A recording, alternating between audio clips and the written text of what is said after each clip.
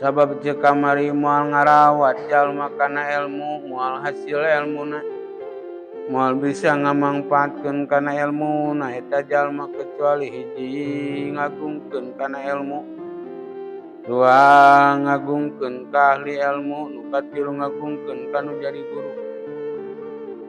Tamaka saur Sayyidina Ali karamallahu wajhah geus dinadomkeun kaula dina masalah ngagungkeun kana ilmu teh. Anu nadomana teh raaitu ahaqal haq ahaqal mualim.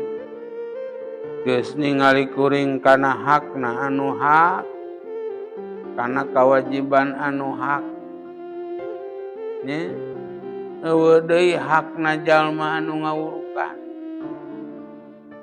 Ahaqal haq itu kana anu pang anu nante pang anu leuwih hak tina hak eueuh deui hakna jalma anu ngawurukan.